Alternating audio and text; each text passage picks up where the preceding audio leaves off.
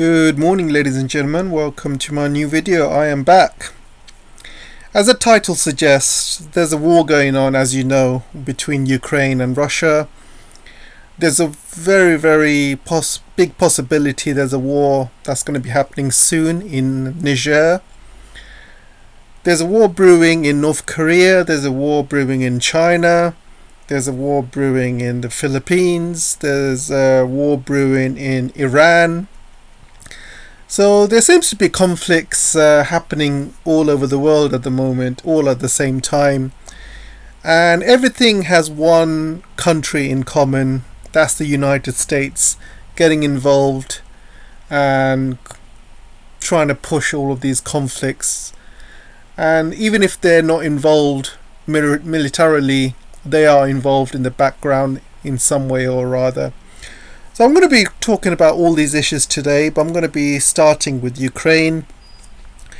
And before I do, don't forget to like, share, subscribe. I really appreciate all your support in this, guys. So don't forget to also subscribe to my new channel. I'm trying to move to a new channel because this one's got struck by YouTube 2 times already, and one more strike and they'll shut down my channel. So if you can start subscribing to the new channel, I like to have that one up and running, just in case anything happens to this one. I got another one ready to go. Alright guys, and also don't forget to join my Twitter. I am quite active on Twitter, and let's carry on with the show. So I'm going to come back to what's happening in Ukraine and Russia. As you can see, there's been an evacuation order happening in Kupiansk. This is a city very close to Kharkiv, and looks like Russia is mobilizing. They'll probably head to this city, and this city is going to be very much like Bakhmut. There's going to be a major fight going on in this city, and that's why they have asked all the civilians to exit that city, and after this city they'll probably go into Kharkiv next. We'll see what happens. I just want to first of all cover what's happening on Twitter at the moment. And as you know, in Twitter there seems to be 2 major camps going on. One, Brian Beletic, and one camp is run by Scott Ritter. He's obviously about Gonzalo Lira. Brian Beletic and Scott Ritter have various opposing views, and on Twitter they've pretty much been having wars with each other, calling each other names and all sorts. And I don't know if you've been following Twitter for both these guys. They've pretty much been at each other's throats. So I've given you my thoughts of Mr. Lira. And I had to delete the video because I thought maybe it's just a good idea not to get involved. There's too many people with various different opinions and stuff, and obviously things have got very heated between various people all over the internet, and it got very heated, and I think it's best just not to get involved in all this whatever's happening. So I decided to delete the video, but those of you who have seen it, you know what my thoughts are on it already. Also, a lot of Russians seems to agree with Scott Ritter, especially this guy Andrei.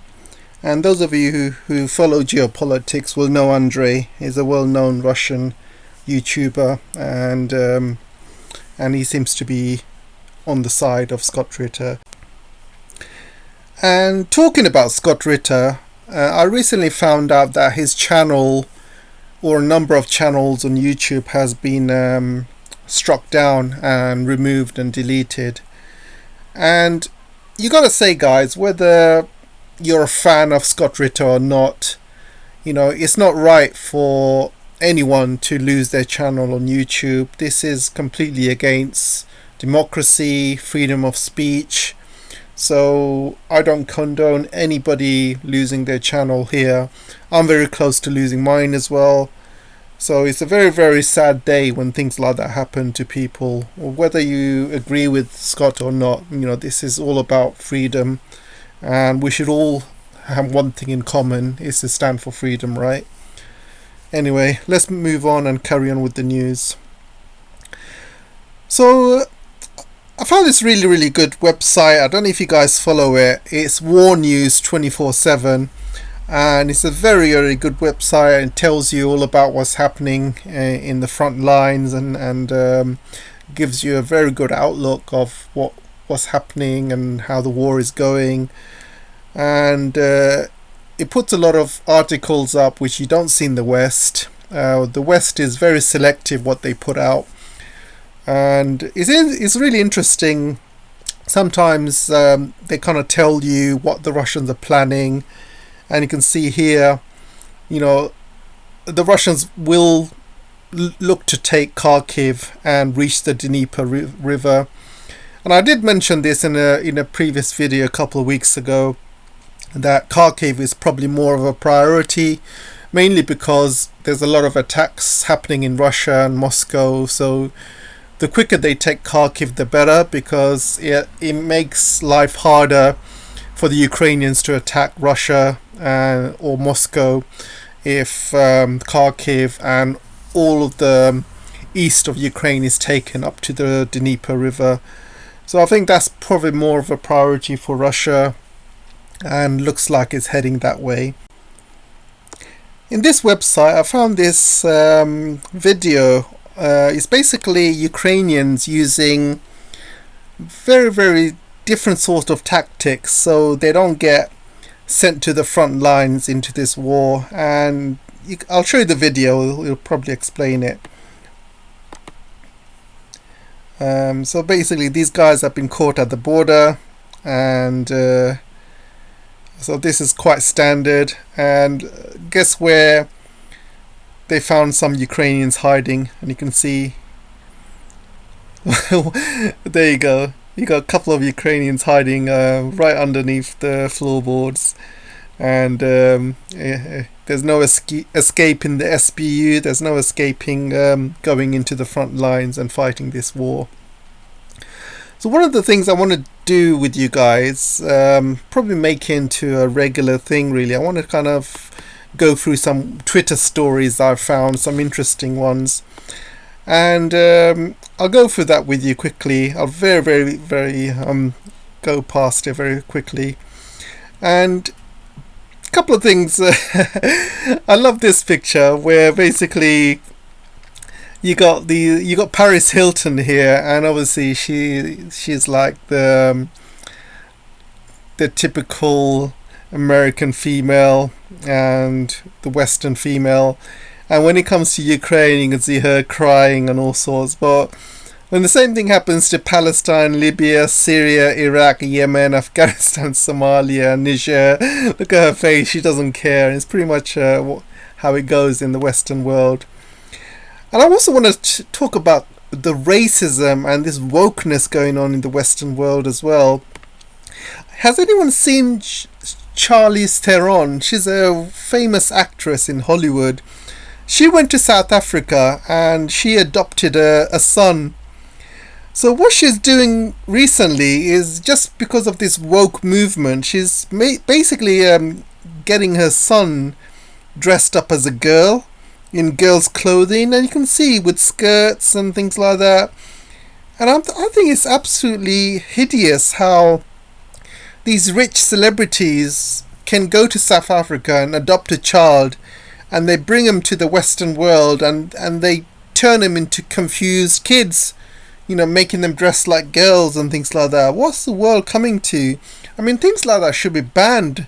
This is worse than racism. I'm telling you, this is just, kids are too young to understand what's going on in the world. Just, if you're a little boy or a girl, why make them confused about your gender? Why make them dress like, if you're a boy, why make him dress like a girl? Oh my god, that's another conversation, guys. I really don't want to get into that right now. So let's kind of carry on. So there's a video here of a Chinese guy getting bullied in a New York subway. I'm not going to show it in case this video gets flagged, but it's quite disturbing how he gets bullied and stuff. So the Polish military is obviously going to the border with Belarus, so things could be heated there as well. Things can really escalate very, very soon. And this video here, you can see the Russian flag being hoisted in Niger, and this guy is celebrating with Russia, and people are celebrating in Niger, and you can see it's not a small amount of people. There's literally, people have had enough of colonialism, basically. I'm going to go into that in a bit. So there's been some Maui fires happening recently. There's been a lot of natural disasters. Obviously, you've heard about the flooding in China as well. So my heart goes out to all the victims around the world, the flooding victims, and what's happened to Maui is obviously not very nice. And so my heart goes out to all the victims right here, really. Yeah, it's a shame, absolute shame what's happened or what's happening around the world. I've just heard there's another typhoon that's hit South Korea, and apparently they've been hit quite hard by this typhoon as well. There's also more Chinese who have been killed this morning, I heard. Apparently there's been some sort of mudslide in Xi'an and 21 people have been killed, probably more because of this mudslide. So heart goes out to all the victims everywhere around the world. So let's hope things get better soon around the world. So you can see here from this video, there's all sorts of youths basically ransacking designer stores and stores in New York and also in Los Angeles as well. Crime has gone so bad that people are just looting shops left, right and centre. It's got so bad in San Francisco that most of the shops are closing because they just can't handle all the thefts and robberies that's going on in San Francisco. So all the shops are closing, all the downtown shops. And there's some videos on YouTube about it, how so many shops have just had enough and just closing because one of the laws in San Francisco is basically if you shoplift under a certain amount, you just get let off with a warning, slap on the wrist. So what people do, they just they just steal until up to that amount, and they just run off with it. And basically shops just cannot live like that because people are just walking in and walking out with lots of gear. But this kind of stuff is also spreading to the rest of the world, especially here in UK, which I'm going to be going over pretty soon.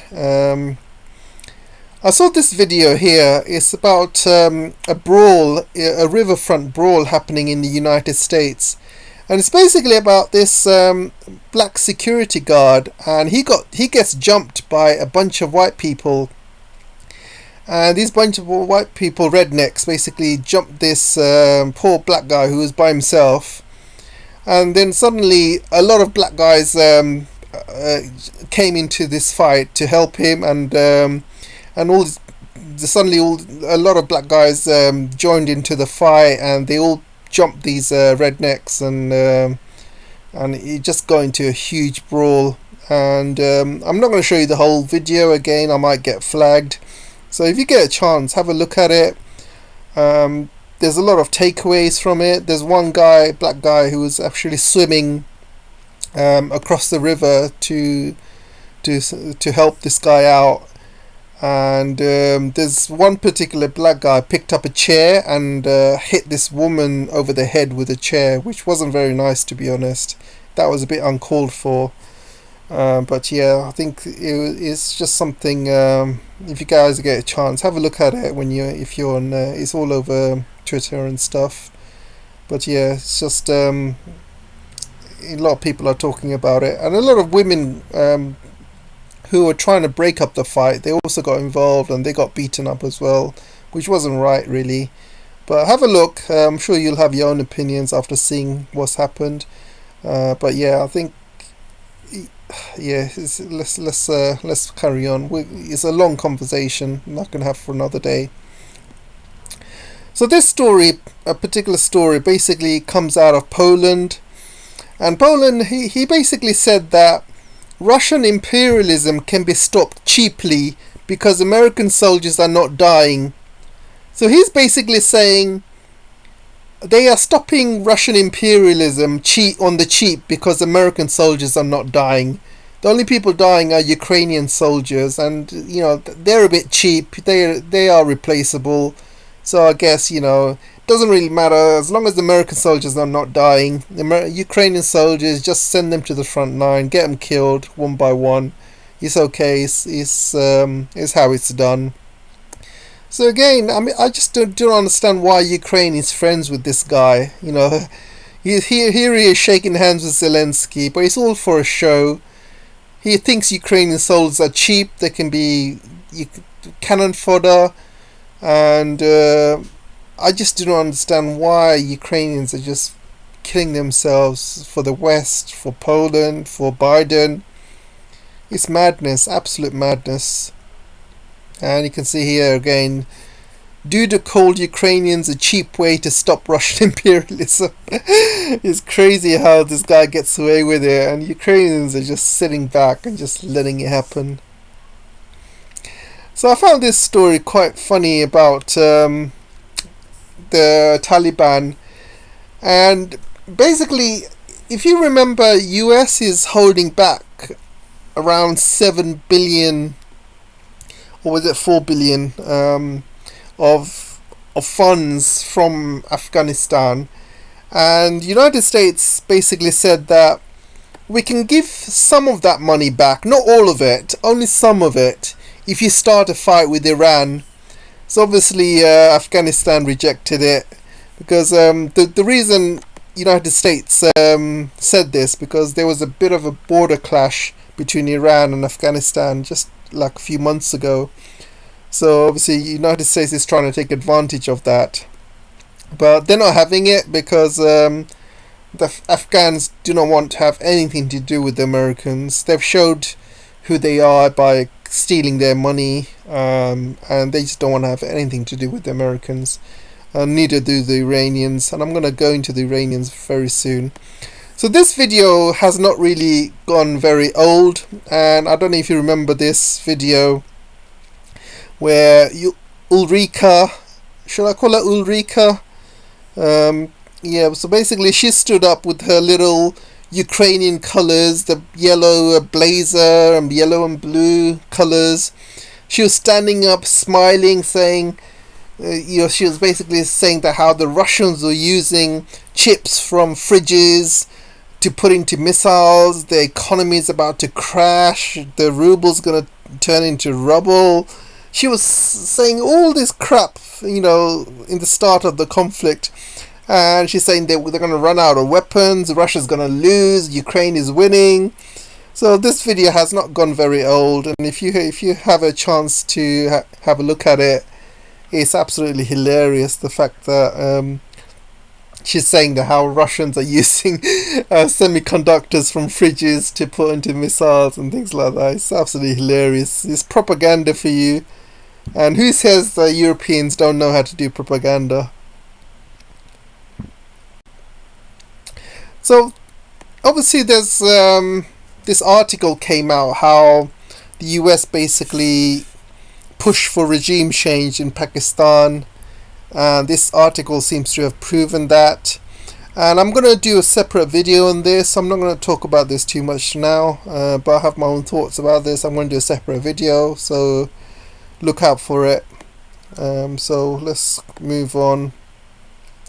And this is London. Only a few days ago, you can see London, basically all these kids, you see, they've seen what's happening in United States, and these kids in London are now doing the same thing. Look how many kids there are in Oxford Street. They're all gone out there to loot London. and some of them got arrested. I think some of the kids managed to loot a couple of shops, but you can see there's like thousands of them, young kids, all from all over London. They basically use TikTok to communicate with each other, and they all basically congregated in Oxford Street and took over. Here's a picture of the London police force in pride uniforms, which I thought was crazy. I thought this picture by Garland Nixon was quite funny. This is Macron telling Ecowas to go get Niger back for him. I thought that was quite funny. And it's that video again, you've seen it. So this is the map, and you can see Niger has obviously, they want independence from all the colonialism. Mali and Burkina Faso has already done so, and I think the next country in line would be Chad. And you see all of these countries that used to be colonized by the West and controlled by the West, stolen their resources for free. One by one, these countries are now standing up against the West, and I think it's a good thing. Basically, what the West does, the French have said that they're going to stop giving aid to Niger. The Americans have said the same thing, they're going to stop giving aid to Niger. This aid is nothing, it's probably worth a couple of $1 million, if not more. But none of this aid goes to the people. It goes to the pockets of the corrupt leaders that are running these countries, and so none of it goes to the people anyway. So it's better for a country to have its own independence and run its own way, and basically make money from selling its resources the right way, which is market prices, and and that money goes back into the people, into infrastructure. And I think rather than getting a few aid here and there, this is going to be better for the long term. And you can see his face here. So I want to also talk about what's happening in Niger, really. And I saw this article, which I thought was a great article. So there's a couple of reasons why the West wants Niger back. And number one, uranium. Obviously, uranium, France uses 1/3 of the uranium they get from Niger, and the EU use 25% of the uranium from Niger as well. So there's huge amounts of uranium they get from Niger, or steal it, let's just say, because none of that money goes to the people. 80% of people in Niger have no electricity, no access to food, really, really poor. So where's all that money going? France is probably getting it for really, really cheap. Niger is obviously not making money out of it. So another thing I just found out, which I didn't know about this actually until I read this article, and I also did my own research, that there's a $13 billion gas pipeline that goes from Nigeria through Niger and Algeria, and this pipeline is basically going to be going into Europe. And because of all these sanctions they placed on Russia, they need this pipeline, gas pipeline for their industry. So this is why the Europeans, the Americans, and especially the French are really, really not happy about Niger having its own independence, because they lose access to not only the uranium but also this gas pipeline as well. And they're not happy, and you can see United States gets over 50% of its uranium from Russia. Despite all the sanctions they placed on Russia, they still make they still buy it from Russia. And as you know, with United States, when they place sanctions on these countries, they expect all these other countries to follow suit and place sanctions and destroy their own economy. But United States will carry on trading with that country as long as it's within their interest. They don't really care about what's happening to Europe. But everyone else is supposed to follow the rules that the United States places against not only its allies but the rest of the world. The United States is also in a very sticky position because the United States is so heavily dependent on Russian uranium, and now that Niger is gone as well, they don't get much from Kazakhstan because Kazakhstan's uranium mainly goes to China and mainly also goes to Russia as well. So the Russians have got a huge advantage over United States, and if Russia decides to stop selling uranium to United States one day, then that could cause huge economic issues to the United States, and United States will not want that. So this is why Niger is very, very important, not only just for France, but to the EU, but also to the Americans as well. And this is why they're going to be pushing for war, pushing for sanctions, pushing for, you know what they do, they put this puppet government back in control so they can do what they want to that country, steal as much resources as they can from that country. But enough is enough. Russia's not going to allow it. China's not going to allow it. And there's an article which I saw today, basically coming out of the BBC, that Russia has warned Ecowas basically not to go into Niger and start a war. Otherwise, Russia will get involved. So this is stopping Ecowas from coming in and getting involved into the war. I'm going to discuss that shortly as well. So what's happening in Ukraine? As you can see, on the August the 10th, a massive hotel was blown up.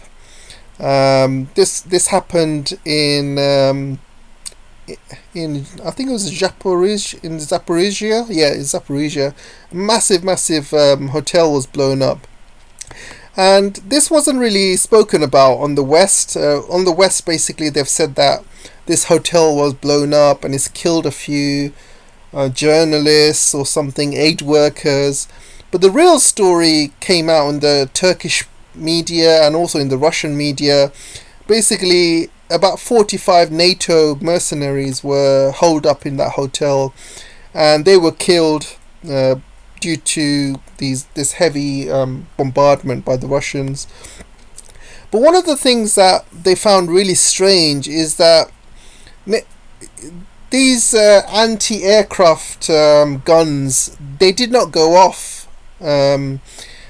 And the Turkish media is basically saying that the Ukrainians were basically sleeping, and they were sleeping and they didn't go off, or either they were sleeping or they haven't got any anti-aircraft missiles left. They've all run out, basically. So Russia's got a free reign to do whatever they want. They can throw as many missiles in any parts of Ukraine as they can. And there's no siren going off anymore, apparently. There's no anti-aircraft missiles going off to try and stop them anymore. And they've just given up. And this is one of those things that what they're saying. And you can see here, but what surprised the Russian military analysts was the local Ukrainian air defense forces did not respond to the large-scale missile attacks on the city of Zaporizhia and on the hotel on August the 10th. During the war, negligence and mistakes of the Defense Air Force have tragic and fatal consequences. In this regard, the Turkish media reporters revealed that the main reason for the high efficiency of the Russian missile attack was that Ukrainian air defense forces overslept during the missile launch. So they're saying that these guys overslept and got those NATO officers killed. And this story was also collaborated on this website as well. Here it is. As you can see, Russian missile attack catches Ukrainian air defenses asleep. Zaporizhia mercenary base flattened, 45 dead and 70 wounded. Again, the West is not going to report such stories because it goes against the narrative. So you got to go into the Russian websites or other media like Turkey, China and things like that to actually see the truth. So another story that came out of this was basically another 132 Japanese mercenaries were killed by missile attacks as soon as they entered Ukraine. And this story again is not mentioned in the Japanese media as of now, and even the Western media, because they're trying to keep things like that very, very quiet. And talking about the Japanese, I want to talk about how the President Kishida and many of the Japanese people completely ignored the fact that Hiroshima was bombed by the United States. And there was an anniversary a few days ago, and they were celebrating commemorating the anniversary. And they didn't mention that United States were the ones that bombed them, and in fact they mentioned Russia. They mentioned Russia is a nuclear threat. And the funny thing is, Kishida himself, he was born in Hiroshima. He's from Hiroshima himself, and the fact that he's completely not mentioned US once, there's a lot of brainwashing going on in the Japanese media and the leadership, and the people are fooled as well in Japan. And there was a YouTube channel which was going around Japan interviewing people they were talking about Hiroshima, and the people, the young kids, they seem to be completely brainwashed. Some of them forgotten who actually dropped the Hiroshima bomb on them. Some of them don't even realize whether it was the US, or some of them think it was Russia that did it. And some of them think that it didn't happen at all. And some of them were saying, America did it, but they did it for a good thing. And they've also forgotten why United States did it. They have also forgotten about the hideous crimes of the Japanese military that they did in China and the rest of the world at that time. In fact, they did crimes which were worse than what Nazis did to Jewish people. And there's a big there's books written about all of the atrocities they did in China, and the Nanjing massacre, and all these human labs, and the amount of people they've genocided, in not only China but in Korea, in Southeast Asia. The crimes that the Japanese did, people have forgotten about the actual crimes of the Japanese, and they're making themselves seem like they're the victims of nuclear war. They were like, oh, we're the poor innocent people. We got hit by a nuclear bomb for no reason, apparently no reason whatsoever. And that's the kind of narrative they're trying to go with. And the other narrative is like, we don't know who dropped the bomb. It's probably the Russians or something. Don't even mention the Americans dropped the bomb on us. And it's just a poor narrative by the leader of Japan right now, and it's a very, very poor narrative that's been followed by all of the media in Japan as well. And it's very, very sad to see that this country has got no sovereignty whatsoever, completely controlled, a complete puppet state of the United States. And it's not even true to itself, and not even true to its people about who dropped the Hiroshima bomb. I mean, what's wrong with saying America dropped the Hiroshima bomb? What's wrong with saying something like that? Because it's the truth. It's crazy how they hide the truth from people. And so I just wanted to kind of talk about that, and also how these Japanese mercenaries went to Ukraine and got blew up straight away, and they didn't even have a chance to fight in the war. You can see 132 small Japanese veterans, a Ukrainian aid mercenary, just entered Ukraine, and before the war even started for them, they were blown to pieces by the Russian thermobaric bombs, which cremated them to ashes. As soon as they landed, they got blown to smithereens, apparently. So again, less said the better, really. So going back to Niger, you can see that Ecowas are being pushed by the West to start a war in Niger. And people are saying, what the hell is an Ecowas? Well, what does that stand for? So I went to the website to check up on myself. And Ecowas is basically an economic trade. It's mainly done for trade. It's not a military pact or anything like that. It's basically done for trade. And you can see what it means. It's basically the heads of state and government of 15 West African countries established the Economic Community of West African States. That's what it stands for. Economic Community of West African States. Economic. It's not NATO. It's not a military alliance. This is an economic alliance. And if you look at the aim of the community is to promote cooperation and integration, leading to the establishment of an economic union in West Africa. Economic union. This is not a military union. So I don't understand why they're being pushed to fight a war with Niger. Where did when did ECOWAS become the African NATO? This is news to me, and you can see from the objectives, none of the objectives talk about military whatsoever. It talks about trade, it talks about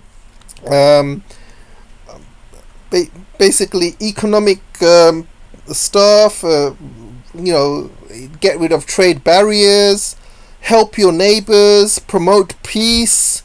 But where does it say to push for war? Promote peace with your neighbors. Sit down, have a chat with them. Doesn't mean go there and invade and put in a puppet. Listen to the West.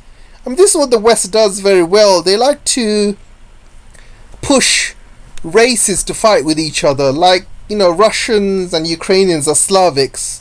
And they love to kind of get them to fight with each other, get them to kill each other.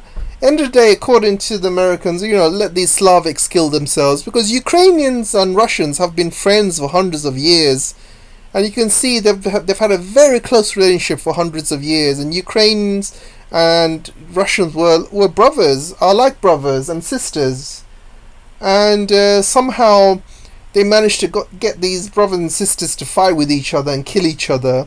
And they're doing the same thing with Taiwan and China, and obviously Taiwanese and the Chinese are one. They speak the same language, they have the same culture, they're one people, they're brothers and sisters, and they're trying to start a war there on that side of the world as well. They love getting, and now they're going to get the Africans to go and kill each other. So as long as American troops are not being killed, they just sit from a distance and watch these races kill themselves. So the blacks versus blacks, Chinese versus Chinese, Slavics versus Slavics. This is a very, very good plan by the West. They sit back in their armchairs and watch the whole world go into chaos while their troops are sitting at home drinking coffee. It's absolutely scandalous how people and countries can just get themselves to be completely brainwashed, allow themselves for this kind of stuff to happen. People need to wake up, and soon. So you have Wagner as well. The Americans, they said they're very, very worried about Wagner getting involved in Africa, and they will get involved. Russia has basically put a warning to Nigeria today, saying that if they decide to go to war with Niger, Russia will stand with Niger on this, and they will not allow it, and it's not going to happen. And they're going to be sending Wagner. Wagner's already there. They have a number of troops already in Niger. Americans are worried. Wagner is also in Belarus as well. Poland is very, very worried. Lithuania is very, very worried. So all these plans that the West put together, it's not going to come to fruition. Russia seems to be a spanner in the works for every one of their world domination plans at the moment, and China to somewhat extent as well. But all these plans of world domination they wanted to have, where they rob the riches of these poor countries and resources, and all that is coming to an end. And these Western countries and Western leaders, they just can't take it. They just don't know what to do or how to react. So let's talk about Iran, another part of the world where there's a war seems to be brewing. So Iran recently made a deal with the United States to release some US prisoners it's been holding in Iran for years. And in return, United States said that they're going to unfreeze some money that's been held in South Korea. South Koreans were holding 7 billion or something like that of Iranian money. They decided to release that today, as of today, and so that money is going to be going back into Iran very soon. So other thing that the Americans said that they're going to do is they're going to put troops in ships, and basically that stuff in the Hormuz Strait is going to be escalating very soon.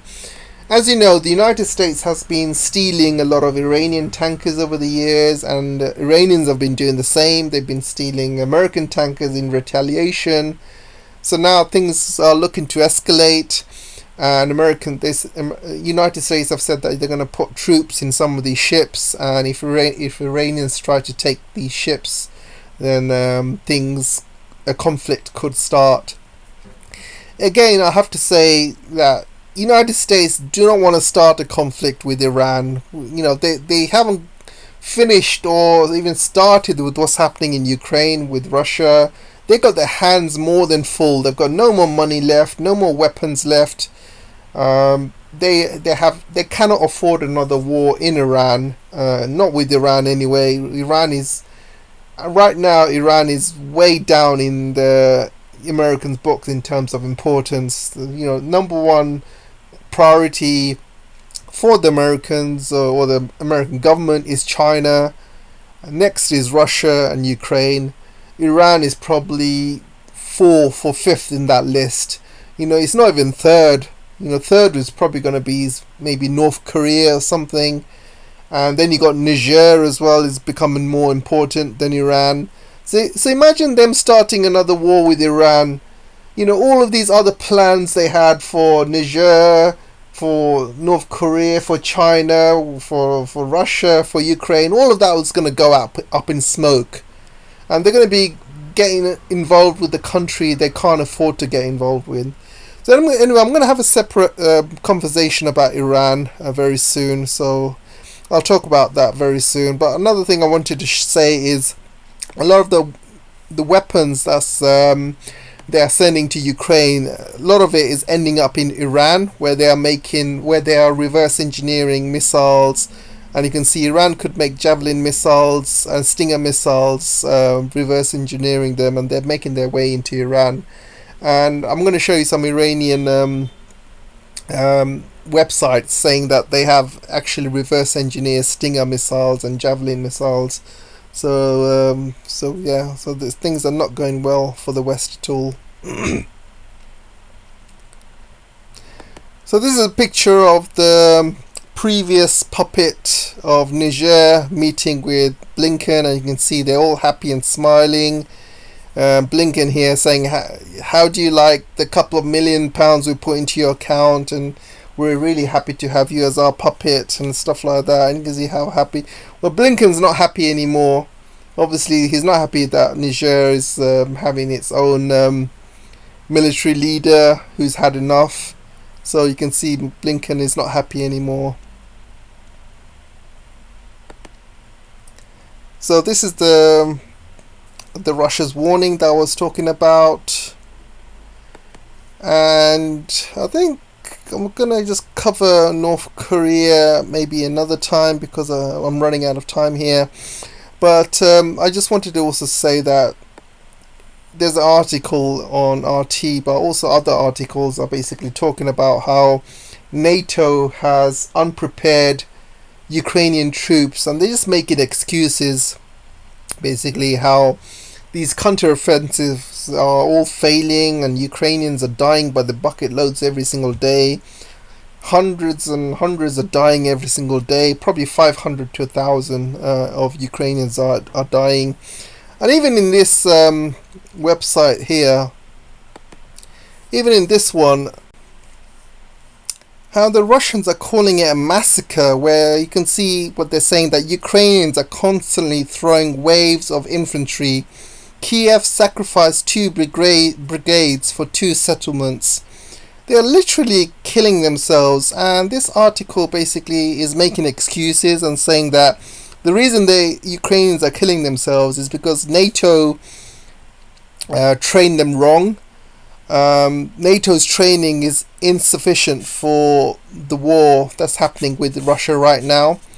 Because let's face it, NATO has been, or United States has been fighting a war over the years, and mainly it's been relying on air power. I can't remember the last time when the Americans or NATO had a proper war, a proper ground war with a equally strong country.